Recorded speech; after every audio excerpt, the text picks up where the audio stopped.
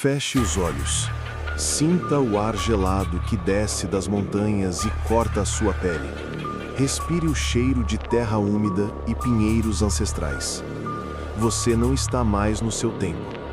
Você está no século XV, em uma encruzilhada do mundo.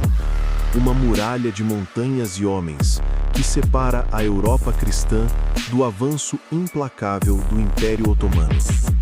Este lugar é chamado, em latim, Transilvânia, a terra além da floresta. E o nome é uma promessa e uma advertência. A vida aqui é gravada na paisagem.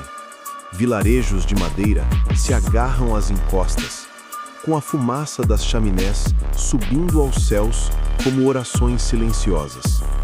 Nos campos, camponeses de costas curvadas trabalham sob o olhar vigilante de uma pequena igreja de madeira, cujo sino marca o ritmo de uma existência dura, governada pela colheita, pelo inverno e pela vontade de Deus e de seu Senhor.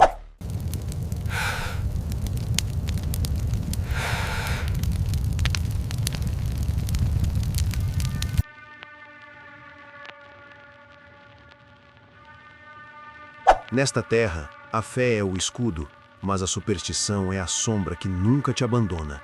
Durante o dia, os ícones dourados dentro da igreja prometem a vida eterna. Mas quando a noite cai, a noite pertence aos antigos. Sussurros ao redor do fogo falam dos estrigói, os mortos inquietos que se levantam de suas covas com uma sede profana. Falam dos uivos dos lobos que podem não ser apenas de lobos. Cada estalo de um galho na floresta escura, cada vulto na periferia da visão, é um lembrete de que o mundo dos homens é uma pequena ilha de luz em um oceano de escuridão. E há uma escuridão bem mais real, que avança pelo sul, o poder do sultão otomano. Seus exércitos são uma força da natureza, uma tempestade que já engoliu Constantinopla. Os principados da Valáquia e da Moldávia são a linha de frente, espremidos entre o martelo turco e a bigorna húngara. É uma terra de guerra constante, onde a lealdade é vendida por um punhado de ouro e a traição é a arma preferida dos nobres, os boiardos. E é neste caldeirão de fé, medo e sangue que um príncipe irá se erguer, forjado no cativeiro e movido pelo ódio.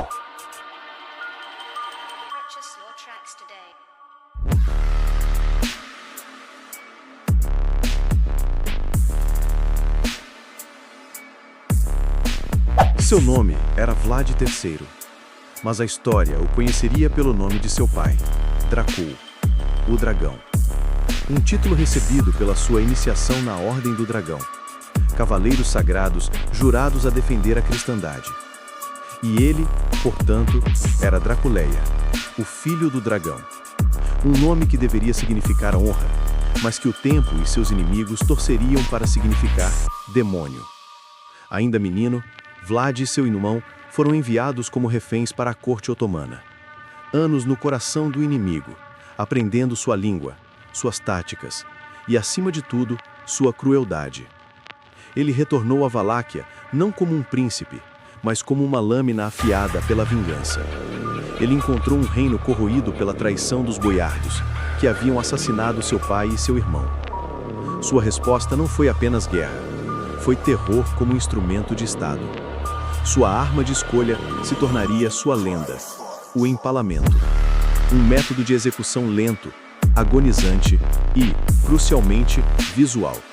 Ele não queria apenas eliminar seus inimigos. Ele queria que suas mortes fossem uma lição. Um sermão pregado em estacas de madeira. Sua obra-prima macabra foi a infame Floresta dos Empalados. 20.000 soldados otomanos capturados e empalados em um vale, deixados para apodrecer como um aviso para o exército do sultão Mehmed II. A lenda diz que o próprio sultão, um conquistador endurecido, recuou horrorizado diante daquela visão. Na Romênia, até hoje, Vlad é um herói nacional.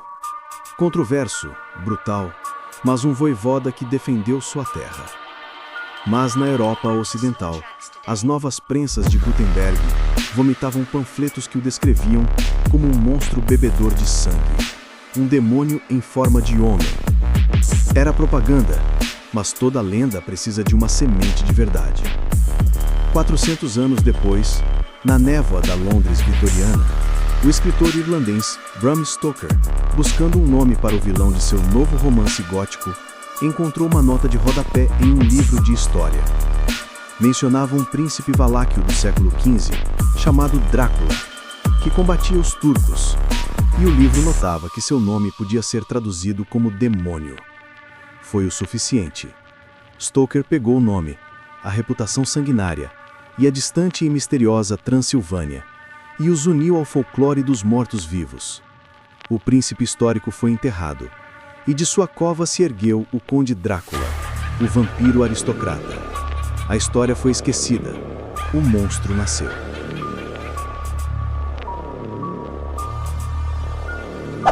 E foi aí que a coisa toda saiu completamente de controle. O Vlad histórico, o príncipe da Valáquia, foi pra gaveta. E o monstro que roubou o nome dele, esse virou um astro do rock. Pensa comigo, praticamente tudo que você acha que sabe sobre vampiros, o kit básico do sugador de sangue, foi inventado ou popularizado pelo Stoker nesse livro. O medo mortal de alien, culpa dele. A fobia de ver o próprio reflexo no espelho, Stoker. O lance de virar morcego, dormir em caixão com um punhado de terra da terra natal, Stoker. O cara escreveu o manual de instruções do vampirismo moderno. Aí veio o cinema e a parada explodiu de vez.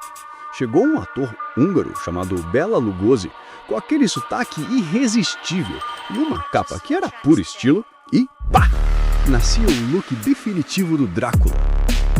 De repente, ele não era mais só um monstro, era um galã perigoso, o bad boy original, o tipo que somente mandaria ficar longe. Depois disso, ele virou de tudo. O monstrão torto e assustador de Nosferatu, o anti-herói trágico e apaixonado que cruzou oceanos de tempo por amor, o chefão final em Desiras e videogames. O nome Drácula viralizou por mais de um século, muito antes da internet sequer sonhar em existir.